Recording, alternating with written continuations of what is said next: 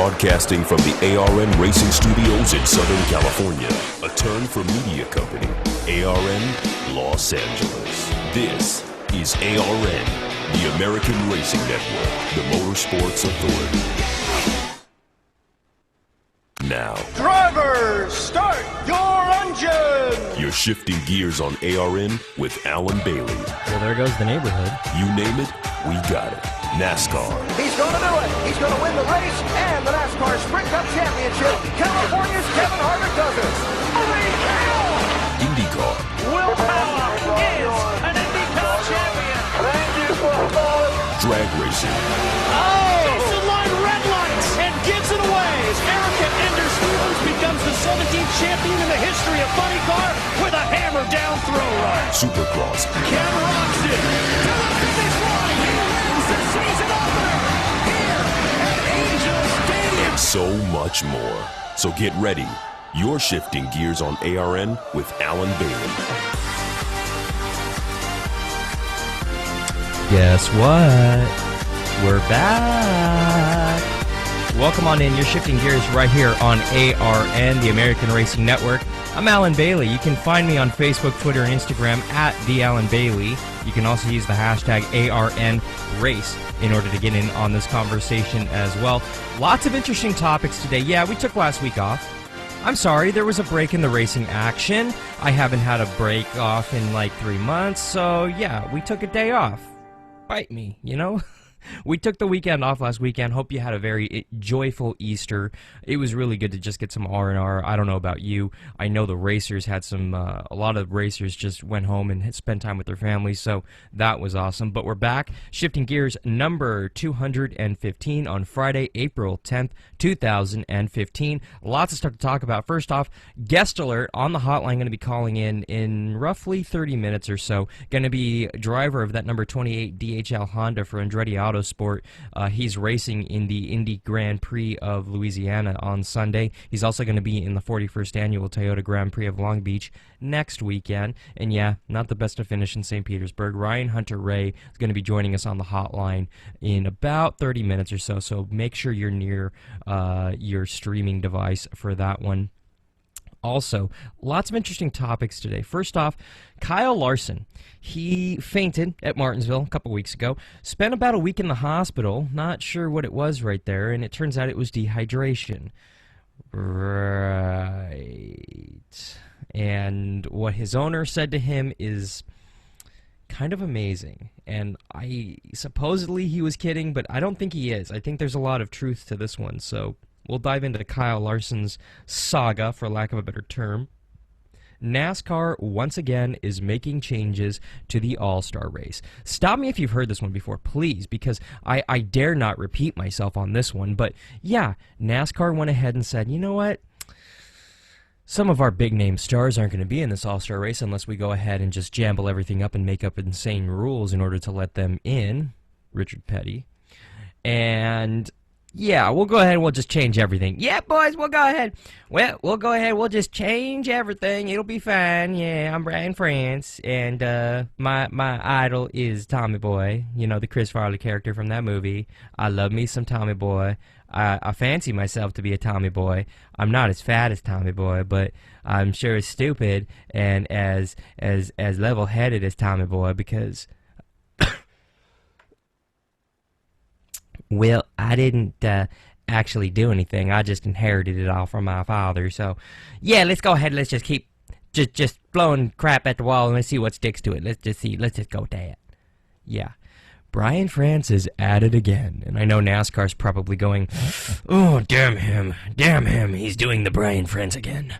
But I don't care. I don't work for NASCAR. Unlike most of those NASCAR shows that you hear on XM and whatever that are getting paid through NASCAR in order to have that, and they're making their living off of NASCAR, I get a paycheck from the American Racing Network. We don't have a contract with any form of racing. We have sponsorship deals with people that have deals in those respected sports, but we're not a slave to the NASCAR like most people in the media are, so I'm just going to go ahead and let it rip. Brian France needs to be fired. Brian France doesn't know what the hell he's doing. Most of the people in NASCAR don't know what the hell they're doing. They're simply just going, this might work, let's try this. Oh, that didn't work. Well, let's try this. Remember that whole COT thing? Remember that whole wing and, ooh, we're going to gravitate towards a younger generation. We'll put the wings on there like the Fast and the Furious movies. Yes, that'll be great. And then one engineer in the back went, excuse me, sir, when these cars get sideways and when they get turned around backwards at 150 miles an hour, they might go flying into the grandstands. I think this is a really bad idea. Well, I don't really care about your whole science mumbo-jumbo and your whole logic. I don't do that. I grab bear claws 2 at a time as a kid, and I shove them into my mouth hole. That's what I do. I am Brian France. This is what I'm telling you. Deal with it. That's exactly what was going on in that meeting. And if you tell me otherwise, you're full of it. I'm sorry, but you are. Because I don't believe for 1 second that that is what didn't happen. So we'll get into the All-Star Race debacle. IndyCar debuted their new aero package, their new body kits for Honda and for Chevrolet a couple of weeks ago in St. Petersburg. And I don't want to say it was a disaster, but yeah, it caused a lot of cautions. A lot of cautions. Like, a lot of cautions. Like, so many cautions that it was a little ridiculous and we actually stopped keeping track. It was very, very bad, to say the very least. So it makes you just go, blah. Can we erase that and just go start over somewhere? Because that was not good. It was pretty doggone bad, to tell you the honest truth there. So yeah, we'll go ahead and We'll debrief IndyCar's new, well, we got a better idea, guys. We're going to have these structural integrity devices up so that everything will be fine and copacetic. Yeah. And Ryan Hunter-Reay is going to join us to talk about what he experienced with the car and what the car's doing and if it's worth it. It looks like I could sneeze on it and it would break. Is it just me? It has that don't touch, conceal, don't feel kind of thing going on for it. So I don't necessarily like these new body kits. I think that they're cool looking. If they race good, great, but I'm not a big fan of them because they cause more cautions than they help to not create in St. Petersburg anyway. We'll see what happens in Louisiana this weekend, and next weekend when they're back here in my backyard of Long Beach, then we'll see exactly what's going on with these cars. We'll give it a couple more weeks, and then I'll give you my official ruling on it, but I already have reservations about this one. This might be a shocker. It might not be a shocker. Ken Roczen is out another week. Yeah, Ken Roczen is he's still hurt, basically. That's what at least his team announced yesterday, that he is still hurt and that he is going to be sidelined. He's still nursing that ankle injury, and he's going to be sidelined. He's been sidelined since Daytona, and CHR co-owner Kerry Hart and Ricky Carmichael made the decision, so they made it. And I'm being perfectly honest and blunt here. They made the decision. It wasn't Ken. It was Ricky Carmichael and Kerry Hart. So that one is a very interesting. It's an interesting note in general. We'll definitely break this one down because it made me go, what? Why are these guys announcing it? What? This makes no sense. This is weird. Yeah, Roczen kind of explained it a little bit, but it doesn't really help me out at all, to tell you the perfect, honest truth. Martin Truex Jr. for the Cup in the Cup Series was fastest in the first practice. Happy hour final practice is over. Casey Kane fast in that one, followed by Jimmy Johnson, Jamie McMurray, Denny Hamlin, Casey Mears, Ryan Blaney, Dale Earnhardt Jr., Kurt Busch, Alex Bowman, and Ryan Newman are your top 10 in final practice for the Duck Commander 500 out at the Texas Motor Speedway. So we have to get into that. A lot of interesting things coming up on the program today. Like I said, don't forget, it is Ryan Hunter-Reay that's coming up in about 20 minutes here on the program. We're going to be speaking with him about, everything that's going on this weekend with him, about the new body kits and everything. And I jinxed myself right there. I said Duck Commander 500, so now the Duck Dynasty theme is playing. Touche, boys. Touche. Don't go anywhere. You're shifting gears right here on ARN, the Motorsports Authority.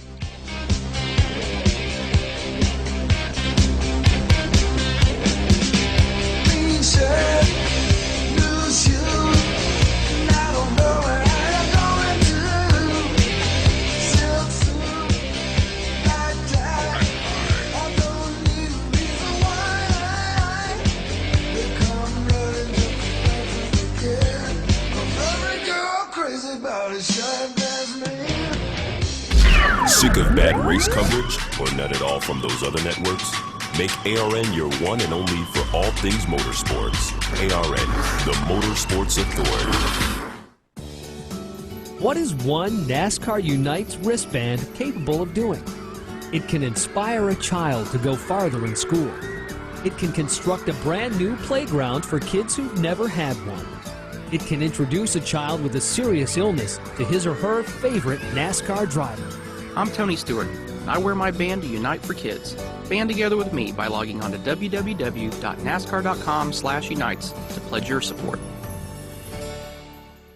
Hey guys, it's Alan Bailey, and I wanted to tell you about when I first got started in broadcasting. Something that I tried to do was I tried to build my own website with one of these free website builders, and it was really bad. I ended up spending hours and hours working on this site, and I didn't get it the way I wanted. I hated the colors, I hated the options, I hated everything about it, but I needed a website. So reluctantly, I launched the website, and it wasn't good. I didn't get any business or any traction from it. The website was horrible. In order to put a .com on there, I had to pay all these huge fees and all these hidden fees. Once I got past all the fees, it would have been thousands and thousands of dollars for just a very simple website. So I ended up taking it offline. Fast forward years later, I called Apollo Aesthetics. When I was getting ready to build my personal website, I decided to heck with it. I'll spend the money. And I didn't care how much it was, anticipating spending thousands and thousands of dollars. And then, when I got the quote from Apollo Aesthetics, boy was I shocked, because the price was super, super low. Monthly payments with a low down payment. I gotta tell you, I've had such a pleasant experience. I'm not building any other websites. I've learned my lesson. I'm going straight to Apollo Aesthetics so they can build it right and they can do everything that I need. Whether you're looking to build a website, design a logo, figure out your hosting, your emails, and social media accounts, Apollo Aesthetics can help you with all of these, including building a shop for you to sell your product online. Log on to apolloaesthetics.com to request a quote. That's apolloaesthetics.com. Shifting Gears on ARN is powered by Stash Feed. Get the feed. Log on to stashfeed.com to see what you've been missing and get the feed. You're shifting gears on ARN. Here's Alan Bailey.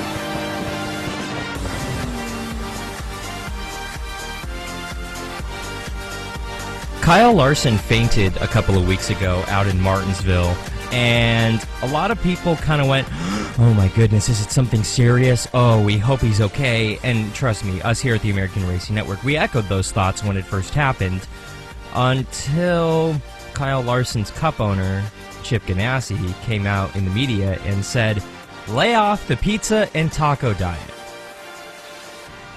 I'm not joking.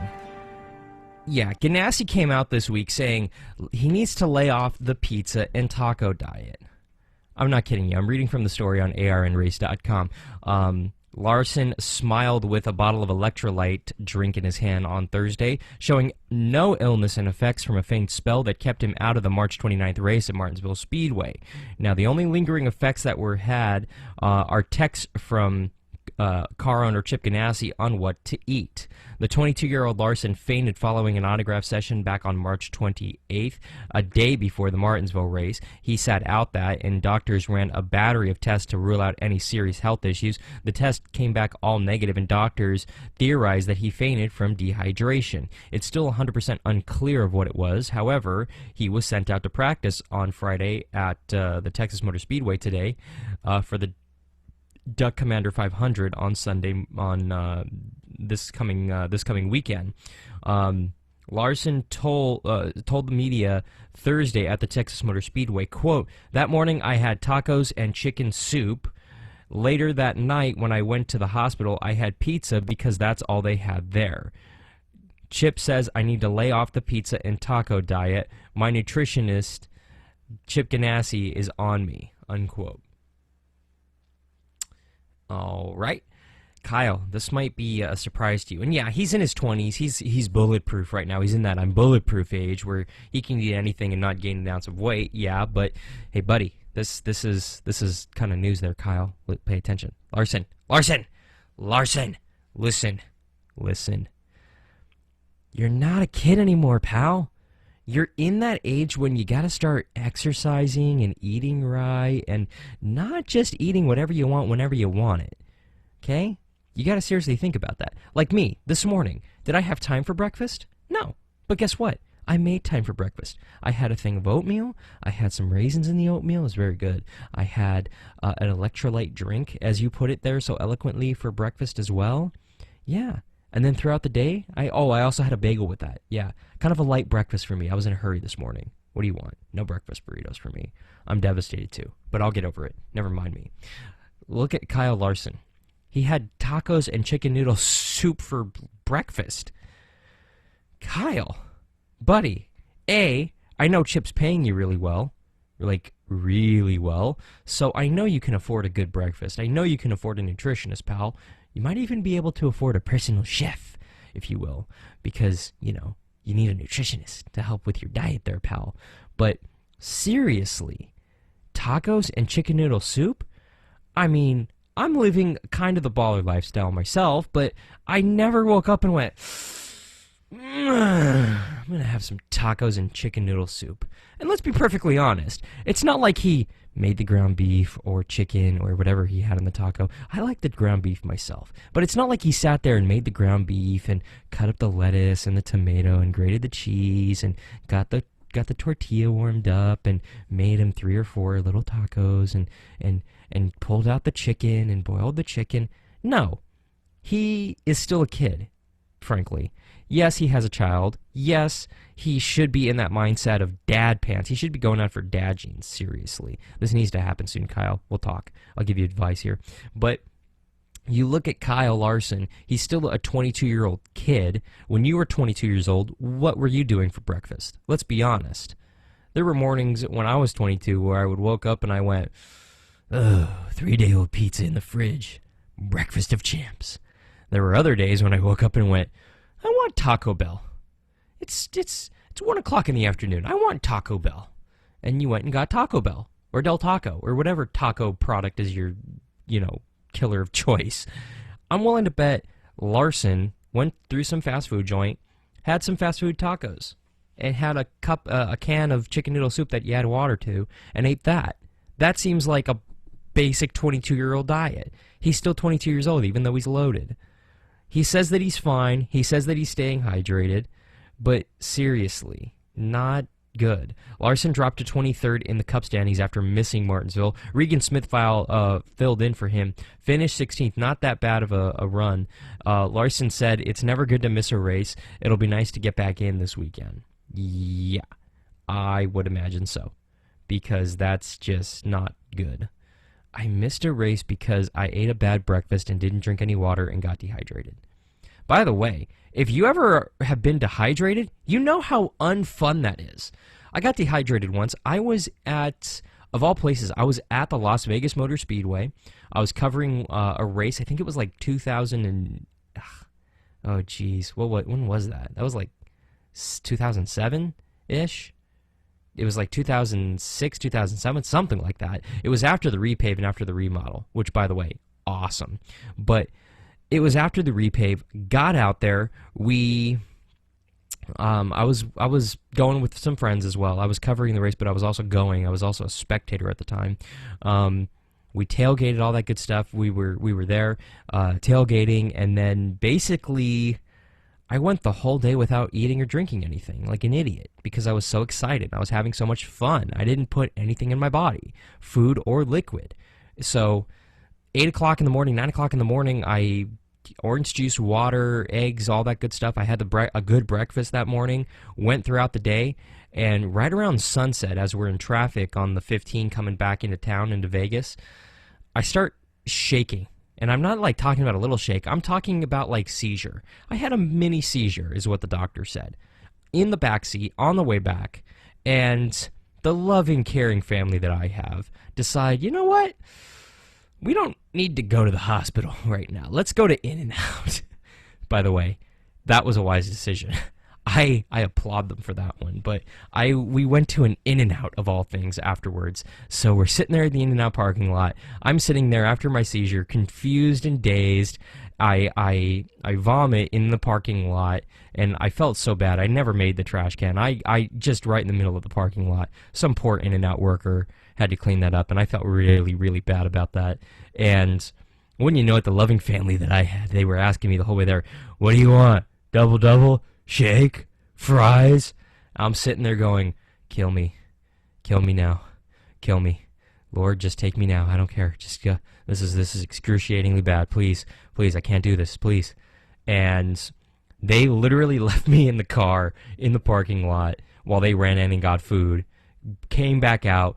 They go, got you a burger and fries and chocolate shake, and shoved the food in my face. And it took every ounce of strength that I had not to gag and vomit again. It was so bad. So bad. So, sympathy to anyone who's ever been dehydrated. It's truly the worst thing ever. Like, I almost would rather have, like, a broken bone. And I'm 100% serious. Because it was very bad. Very bad indeed. So, we'll see if Larson actually stays off the tacos and the chicken noodle soup and pizza diet, because he needs to start eating healthier, wiser. Go with greens, man. I've tried to eat healthy lately, and I keep reverting back to fatty foods. Like, me before I came in here, you know what I had for lunch? Of all things, right before I came in here on the air? I had spaghetti. Like homemade spaghetti with the noodles, and it had like 2 kinds of meat in it. It had the mushrooms. It had a lot of tomatoes. Oh, I think I have some more.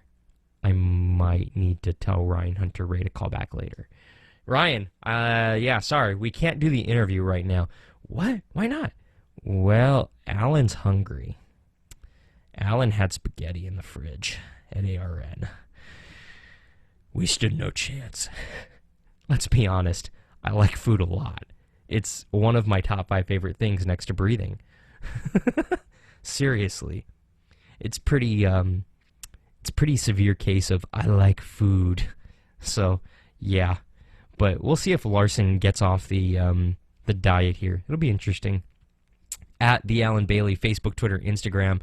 You can also use the hashtag ARNRace. If not, you can go ahead and call. Just don't do it while you're driving. That's against the law here in California. Don't text and drive either, by the way. Almost got hit by one of those numbskulls the other day. Not fun. 720-600-RACE. That is 720-600-7223. Standard messaging rates do apply on that one.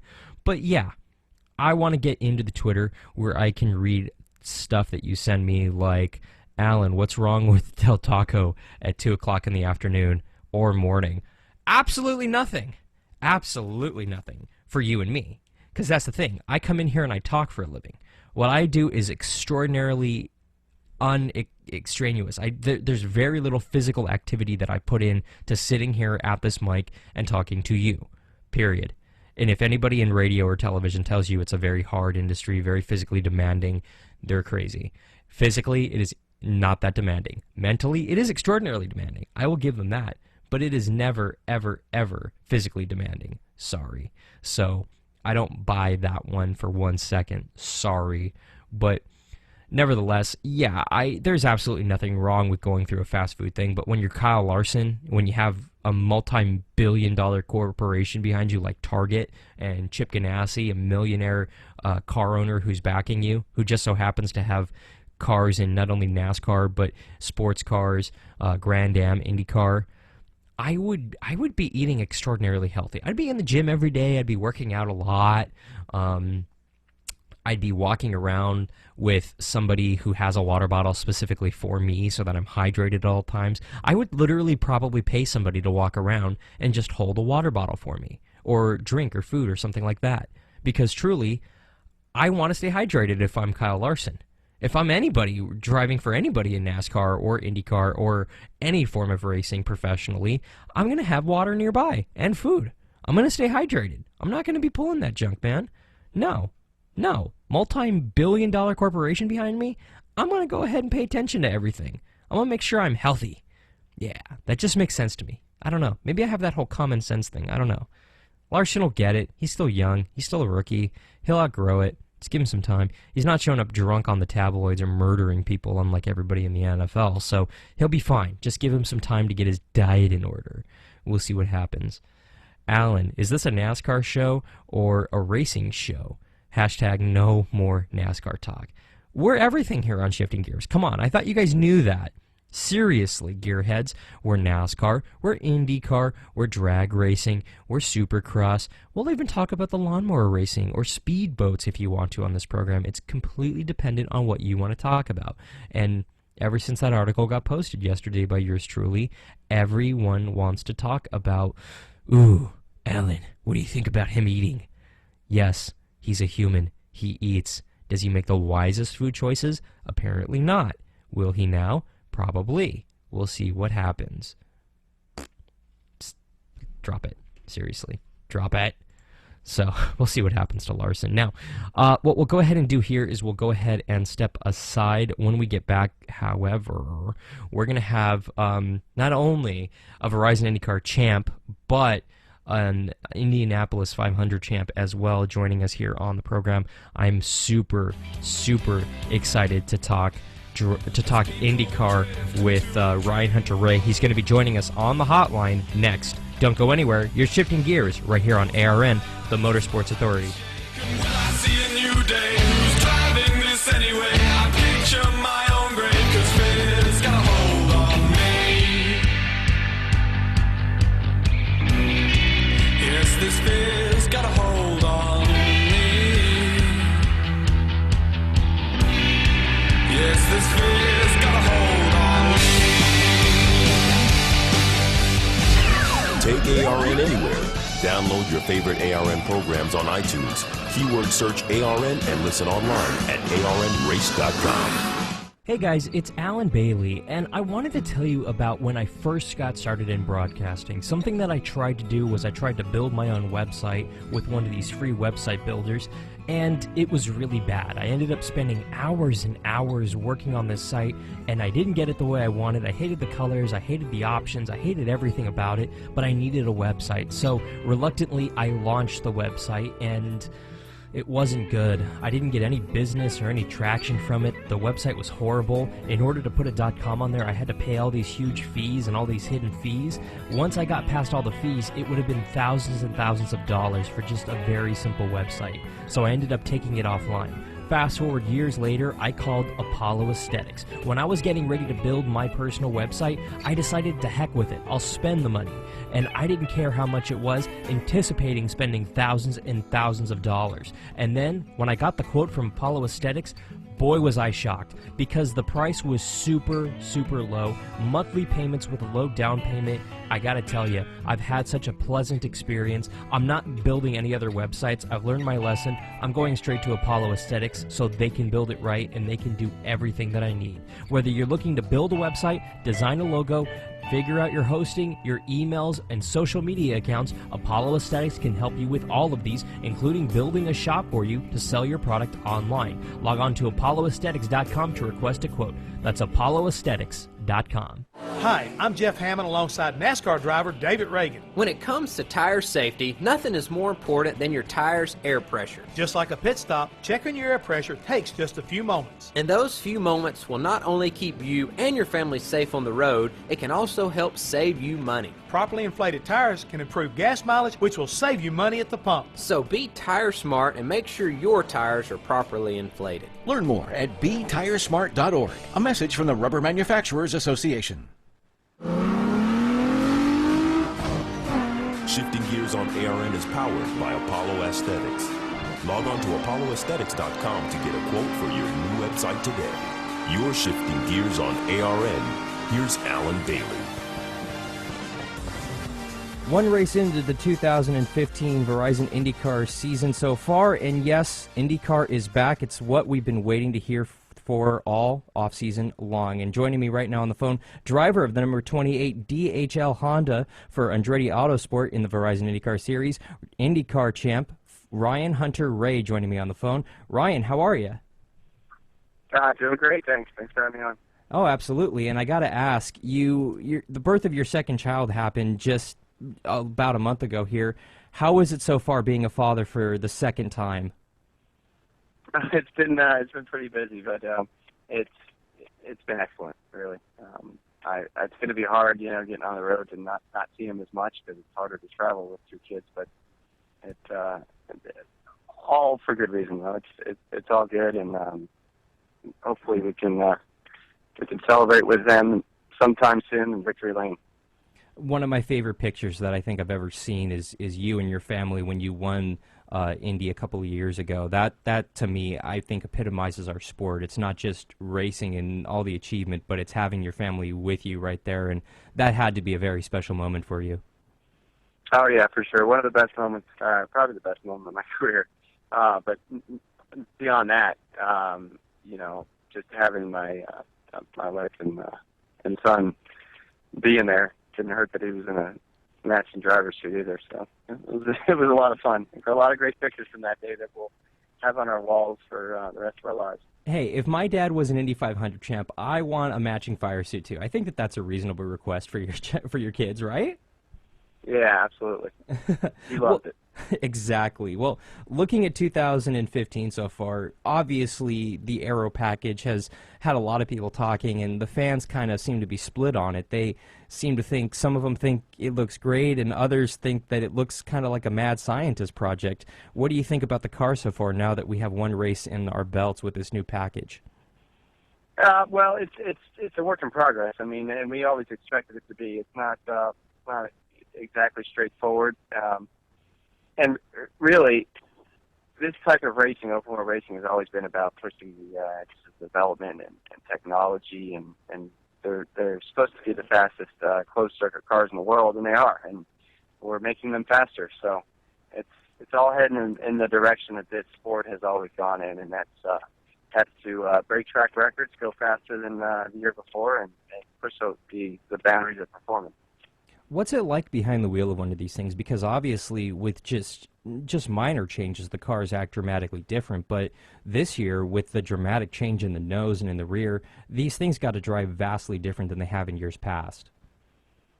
Yeah, it's certainly the sweet spot has moved here and there, but it's always been white knuckle in these cars, and it still is. So to get the lap time out of it, you've got to pretty much have your hair on fire, and it really it rewards. It rewards that risk, and if you put it on the edge, it's going to give you the lap time. So right now, though, the aero kits are track dependent. I think we'll see manufacturers have a certain edge on one type of track and maybe the other on another. So it's kind of wait and see. We're learning as we go.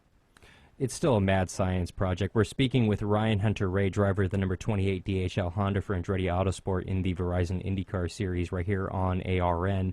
And Ryan, you look at everything. We have Louisiana coming up this weekend with the Indy Grand Prix of Louisiana, and Toyota Grand Prix of Long Beach is next weekend. So really, I mean, the season's off and running. We got the race in St. Petersburg where you finished 7th under our belts, and I mean, do you like kind of having that Easter weekend off? Do you like the schedule, or do you just want to go, go, go?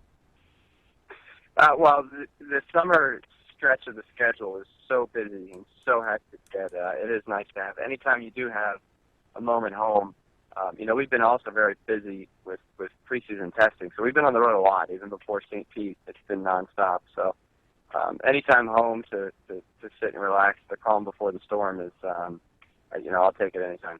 Oh, absolutely. And looking at Louisiana this weekend, I mean, different track than what we saw at St. Petersburg, no? Yeah, it's a proper road course. So, St. Pete was a street circuit. This is a road course. It's a high-speed track. I mean, really, really fast winding sections that are pretty technical at the same time. And it looks like we might have a curveball coming our way with the weather as well. We might be, having, if not the race, many sessions in the rain. Yeah, no kidding. And, I mean, driving in the rain, a lot of racers don't get that opportunity, but for you guys, you do. What's that like, driving in the rain and racing in the rain? Driving an IndyCar in the rain it's just such a fine line. The margin for error is so small.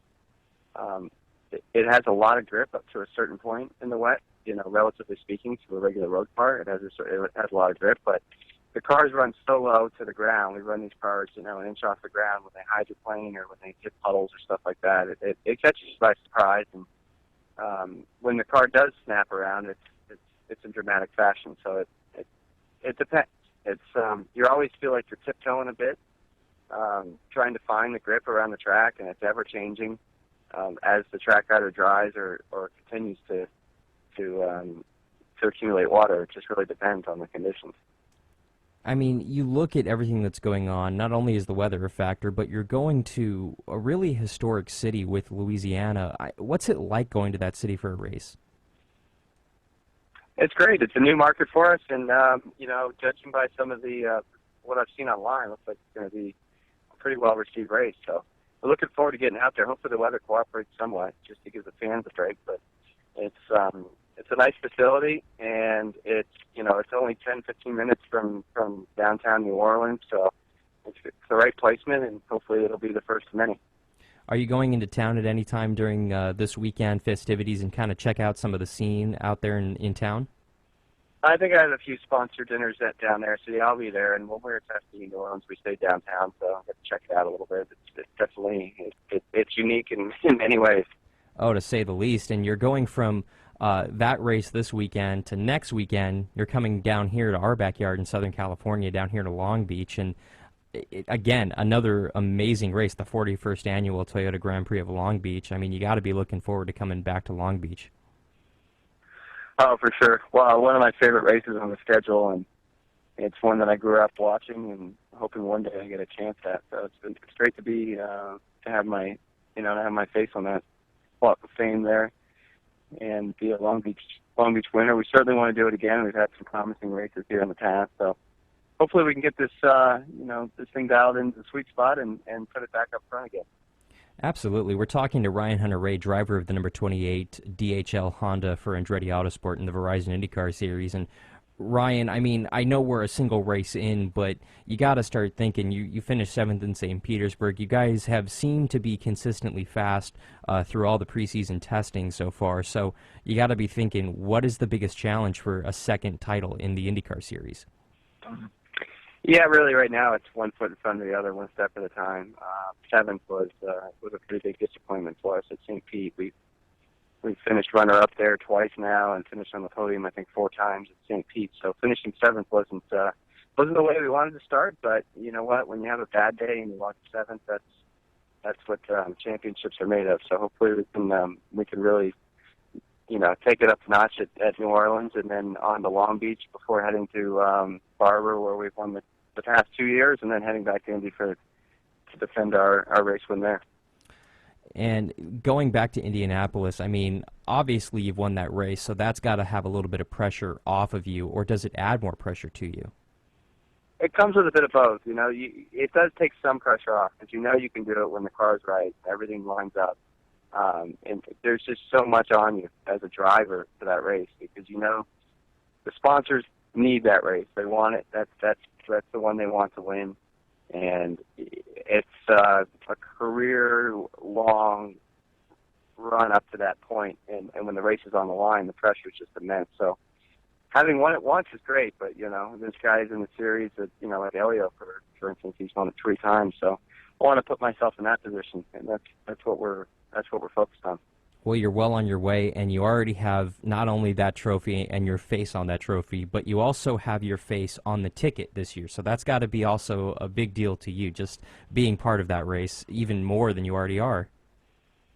Yeah, the ticket's very, very cool. I mean, there's only so many times in life where things like that come up, and the Indy 500 has been the gift that keeps on giving. It seems like every month there's something new that comes with it, whether it be pace car or baby board or based on the trophy or the ticket, or it's just it's unbelievable everything that's come with it. So it's been a great ride.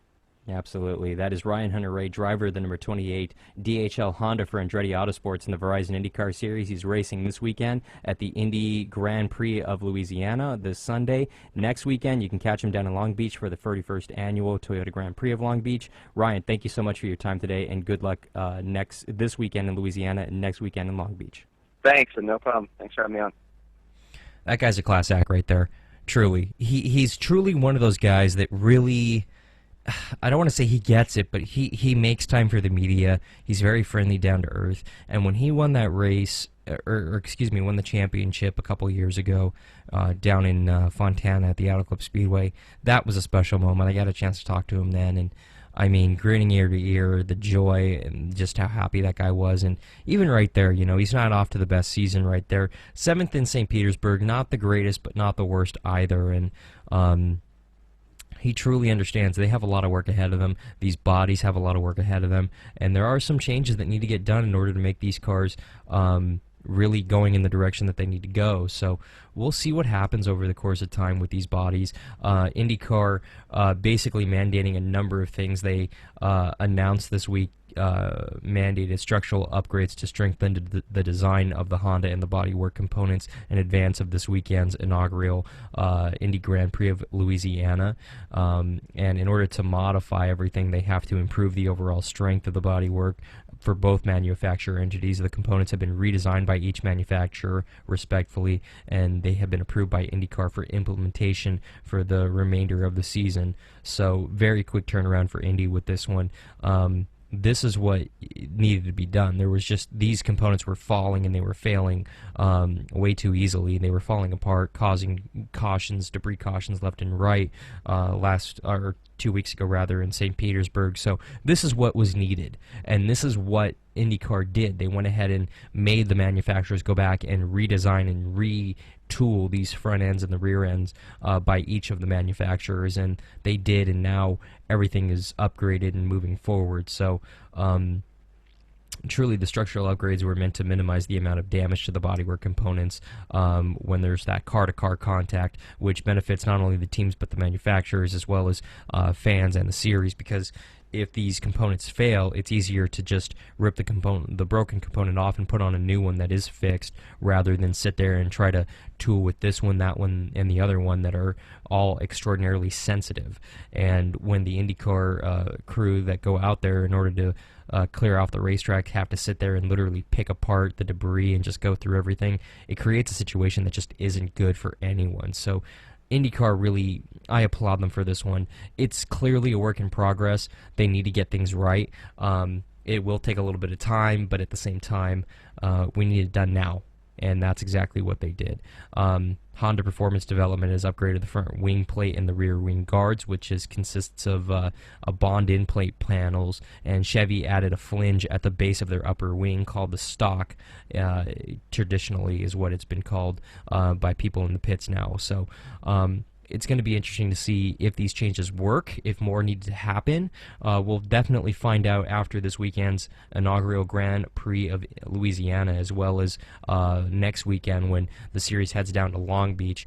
You can go ahead and log on to ARNrace.com for the full schedule, as well as TV times and all of that other information that you would need for this weekend. All right, on that note, we will go ahead and we will step aside here for the final time. When we get back, we're going to wrap up everything that has happened in and around the world of motorsports. A couple things that we want to get to before we have to get out of here. Don't go anywhere. You're shifting gears on ARN.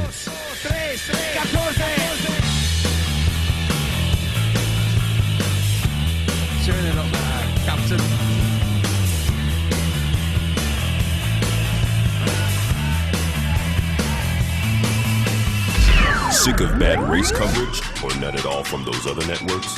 Make ARN your one and only for all things motorsports. ARN, the Motorsports Authority.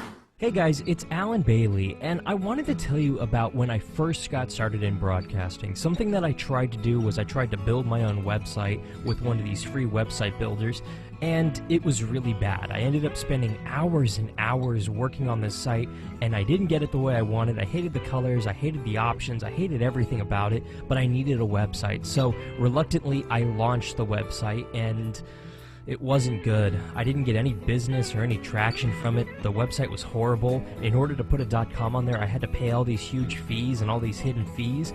Once I got past all the fees, it would have been thousands and thousands of dollars for just a very simple website. So I ended up taking it offline. fast forward years later, I called Apollo Aesthetics. When I was getting ready to build my personal website, I decided to heck with it. I'll spend the money. And I didn't care how much it was, anticipating spending thousands and thousands of dollars. And then, when I got the quote from Apollo Aesthetics, boy was I shocked, because the price was super, super low. Monthly payments with a low down payment. I gotta tell you, I've had such a pleasant experience. I'm not building any other websites. I've learned my lesson. I'm going straight to Apollo Aesthetics so they can build it right and they can do everything that I need. Whether you're looking to build a website, design a logo, figure out your hosting, your emails, and social media accounts, Apollo Aesthetics can help you with all of these, including building a shop for you to sell your product online. Log on to apolloaesthetics.com to request a quote. That's apolloaesthetics.com. The odds of having a boy who grows up loving baseball, 1 in 6, which earns him a college scholarship, 1 in 2,500, that gets him a contract in the minors, 1 in 3,700, which leads to starting shortstop in the majors, 1 in 290,000. The odds of having a child diagnosed with autism, 1 in 150. You know the odds. Now learn the signs. Go to autismspeaks.org. Brought to you by Autism Speaks and the Ad Council. Shifting Gears on ARN is powered by Apollo Aesthetics. Log on to apolloaesthetics.com to get a quote for your new website today. You're shifting gears on ARN. Here's Alan Bailey. NHRA Yellow Mellow Drag Racing Series out at the Strip at the Las Vegas Motor Speedway. Qualifying round 1 in the books for the Funny Cars series, and Matt Hagan on top. No surprise, he's been fast all season. Of course he's going to qualify first in Vegas. John Force second. Hagan's time was a 4.067 at 313.88 miles per hour. Force second in that peak antifreeze Chevrolet, as well as Del Worsham in that DHL Camry third. You have Alexis DeJoria fourth, Jack Beckman, Fast Jack, fifth right now. Courtney Force sixth, Robert Height seventh, eighth is Tony Pedregon. Ninth we have Tommy Johnson Jr., Tim Wilkerson 10th, Cruz Annette 11th, Cruz Pedregon, or Jeff Arrett, is 11th, Cruz Pedregon 12th. Not yet qualified, or not qualified for the event, but have taken time, include Gary Delsham, John Hale, Chad Head, and Ron Capps. Not sure what went wrong with Capps either, but we do know that based on the speed, something obviously went horribly wrong with those guys who have not qualified based off their speeds alone. Capsy running a 6.039. That's not very good, Capsy. Sorry, bud. So something went wrong out there for him. Looking at everything, looking at a few notes here that I'm being handed. Cap started hazing the tires early in the running, lifted before the 660-foot mark on that one, so that's what caused that one right there. So, yikes, we'll see what happens here in the latter stages, but not very good for Capsy to start off the weekend, but a good bounce back for John Force qualifying second. That team definitely needed that. They're still struggling to just find speed at the moment, so that was a big boost for John right there and for all of John Force Racing, so very cool. Looking at the Pro Stock real quick, if I can pull up Pro Stock here. They're still taking time, or no, they're done taking time, rather. Jason Line is the leader right now after qualifying round 1 in that Summing Racing Equipment Camaro with a 6.627 at 208 miles per hour. Eric Ender Stevens second, followed by Roger Gall, Chris McGaugh, 4th, 5th, Larry Morgan. Looking at a couple more of the other series right here for Mellow Yellow Drag Racing. Top Alcohol, Funny Car, or excuse me, Top Alcohol Dragsters looking right now.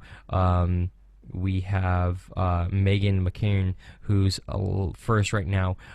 Cameron Fierce, second, third. Joey Shamail, fourth. We have Derek Misowi, and fifth, Johnny Artenton right now for that series as well. Looking through my notes here for a couple of just a couple of other ones. That's all that I have, unfortunately, for right now. We'll get more information to you as it becomes available to us before we get off the air here in about 10 minutes or so. But you can log on to ARNrace.com in order to keep up on everything going on out in Las Vegas. I want to talk Supercross here for a second. Ken Roczen still hurt. He got hurt out in Daytona. He's been sidelined since Daytona, but he's gone down a few times, and because of it, he's more or less missed all the races since Daytona. And we were told he would be back this weekend. That was the initial plan, but he said that he's not ready and that he won't be racing this weekend. Roczen said in a press release, quote, "I'm back on the bike and doing a ton of cross training, and it's a tough decision. I'm super bummed I won't be racing in Houston this weekend. I can't wait to be back at the track, but the team and I just want to make sure I'm 100%. I can't thank Kerry and Ricky enough for all of their support. If anyone understands this business and how injuries goes, it's those two. All the fans and our sponsors have been really awesome, so I'm really thankful for all of their support too," unquote. Roczen's doing the right thing here, really, because whenever you go down in Supercross, you want to make sure you're 100% when you get back up on that bike, because if you're not, you're going to seriously hurt yourself, more so than you did the first time, and I'm talking about career-ending, potentially, if it's that bad. So honestly, Roczen's doing the right thing here. He's still young. He's still 20 years old. That's hard to believe with him, but he's 20 years old. He still has a lot of years ahead of him on that bike, but if he goes down hard again this season, especially on that ankle, then guess what? That could be it for his career at age 21, 22. Or 2021, rather. Seriously. That's the conversation that they had to have with him, unfortunately, and that's what I think that they did have with him. So they made the right decision. Ricky Carmichael said in a press release, quote, "Ken is making making progress, but not coming along as quickly as we had originally hoped. We all thought that he would be ready to compete by this weekend, but he's not just 100% yet, and that's where we need him to be. Once he's completely healthy, we can move forward to actually racing. Everyone at Soaring Eagle, Jimmy John, Suzuki, and the rest of our sponsors have been very gracious throughout this process, and we're fortunate to have companies that support RCH throughout these types of challenges," unquote. That's true right there. Ricky Carmichael is one of the best, and honestly, if you have to have an owner, that's the one I want in my corner, and Roczen's very lucky, very fortunate to have that guy in his corner, because Ricky's not going to push you like a non-rider would. He's going to say, "Are you ready? Are you sure? Are you sure? Are you really sure? Does this hurt? You sure this doesn't hurt? Do this 6 times for me. Does that hurt? Okay, let's not get on the bike this weekend then. Let's take another weekend and let's relax a little." Racing Supercross is extraordinarily physically demanding. Everything hurts. Everything is sore. And I don't mean, oh, somebody in their 30s is going out there and getting beat up. I mean somebody who's 19, 20, 21 is complaining about pain, is in physical pain. That's saying something. So the fact that you have a 20-year-old that says, "I'm not ready yet," and whether that was Ricky, whether that was Kerry Hart, whether that was RCH, whether that was him, it doesn't matter. The fact that somebody in that camp said, "You know what, he's not ready to go yet. Let's get him 100% before we get him back on the bike this weekend out at Houston," that is saying something. It truly is. So we'll see what the turntable or the timetable is for him for returning. Probably another week or two at least, if not longer. And at that point, maybe just sit out the rest of the season, because you're not racing for points at this point. You're not in the point hunt, but yeah, you can still race for main wins. But is it better to rest up and be ready for the 2016 season, or go out in a blaze of glory and risk getting hurt in 2015? That's something that he needs to seriously think about, and we'll see. We'll see. But Supercross 450 and 250 taking to Houston this weekend. They're going to be at NRG Stadium this weekend. They've been there for a little while, actually. It's very cool that they're going to be there at the Astrodome and that they're part of the Astrodome celebration this year.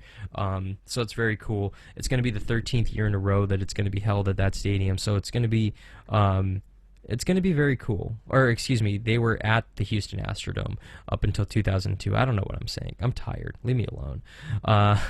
but they're at NRG Stadium hosting Supercross this weekend, so it's going to be very cool to see them back out there this weekend.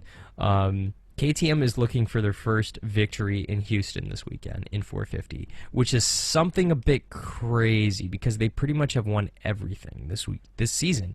They keep winning constantly. Kawasaki's won 7 of the 12 Supercross races at this stadium. They've won the last 3 in a row, actually, so Kawasaki might be the ones to beat this weekend. Honda only has 1 win at this stadium. Reed is the only active 450 Supercross rider in order to win in Houston, actively racing, of course. Looking at it, Kawasaki won here last year. Yamaha hasn't won since 2009. Honda won back in 2011, and this is telltale, I think. Suzuki hasn't won since, believe it or not, 1983. Yeah, they've been a little not so great at this track. So we'll see what happens. But Dungey earned his 20th career 450 Supercross victory a couple of weeks ago. He's tied for 8th all-time with Jeff Ward. It's the 6th win of the season for him, which ties him for a career high of 6 back in 2010. So Dungey's on a roll, truly. The race was Dungey's 96th career Supercross race. It was his 69th 450 podium. So KTM is truly, truly on a roll right now. We'll see what happens going into this weekend, but honestly, you can't count out those KTM boys. They're very fast. Very, very fast. Josh Garand finished 6th in St. Louis. It's going to be interesting to see if he gets back on the podium this weekend. Millsap earned a 7th place finish. Again, see if he gets back up there. Dungey mathematically eliminated every other rider except for 2 in the championship standings, and with an 80-point lead, he's looking to shave that rider just down to 1 after this weekend out in Houston, and after that, it's pretty much clear sailing for him. I mean, I'm not ready to crown him the 2015 Monster Energy Supercross champ, but he's pretty much knocking on that door as long as nothing happens, and as long as that bike stays under him and they're going straight forward, then he's going to win this title. If you think otherwise, you're crazy. I'm sorry, you are. Eli Tomac finished 2nd for the 3rd time this season, and it was his 7th podium of the year, 9th career 450 Superclass podium. Tomac has yet to be mathematically eliminated from contention. He's still riding up front. He's going to try to make it. He's going for it. He really is. But Anderson, he finished. He got his 2nd 450 class podium with a 3rd place finish last weekend, or 2 weekends ago. First podium since the opening race of the season. Cole Steele rode to a 4th consecutive top 5 finish, 7th total top 5 finish of the season. Steele and Dungey are the only riders to have a top 5 finish in the past 4 races, believe it or not. So those two might be the ones to look at for this weekend. They're riding consistently. They're fast. They got good bikes under them.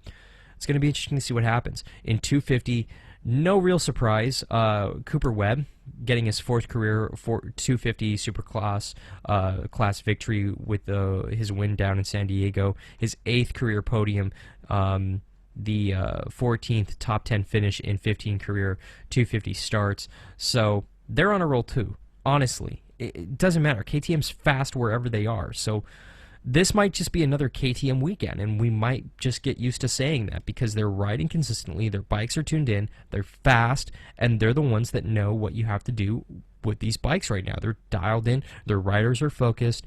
This is their year. I can't even say it any other way. Theirs to lose, period. End of story. Seriously. It's one of those things. So we'll see what happens this weekend. I want to take a look at the racing calendar before we get out of here. NASCAR Xfinity Series action coming up tonight, actually, out at the Texas Motor Speedway. Oh, yeah. It's going to be good stuff. Friday night action, baby. I love it. But you can actually check out the race a couple hours from now, about 3 hours from now. Coverage is going to be on Fox Sports 1. You can also check out everything else that's going on SiriusXM NASCAR Radio. You can also listen on PRN tonight. That's at 8:30 p.m. Eastern on Fox Sports 1 as well. Eric Jones on the pole for the O'Reilly Auto Parts 300 tonight at the Texas Motor Speedway. Brad Keselowski starting 2nd, followed by Austin Dillon, Daniel Suarez, Dale Earnhardt Jr., Regan Smith, Brian Scott, Darrell Wallace Jr., Chase Elliott, and Chris Buescher inside the top 10. Dylan was fastest in Happy Hour. It might be another one of those. Well, there goes Dylan. See ya. The end. Bye. We'll see what happens. I think that they might just maybe be able to hold him off, but not exactly holding my breath either, so we'll see what happens. The Cup Series is going to be taken to the Texas Motor Speedway for the Duck Commander 500 tomorrow night, Saturday night. Also, Supercross out in Houston tomorrow night as well. NHRA is in Vegas at the Strip. IndyCar is at Louisiana for the inaugural Indy Grand Prix of Louisiana. That's coming up on Sunday. Drag racing all weekend out in Vegas with the final elimination Sunday on ESPN2 on Sunday night. For everybody here at the American Racing Network and Shifting Gears, I'm Alan Bailey. We'll see ya at the track.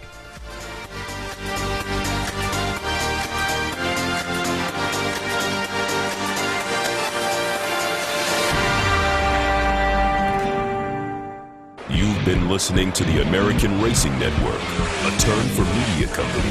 This is ARN, the Motorsports Authority.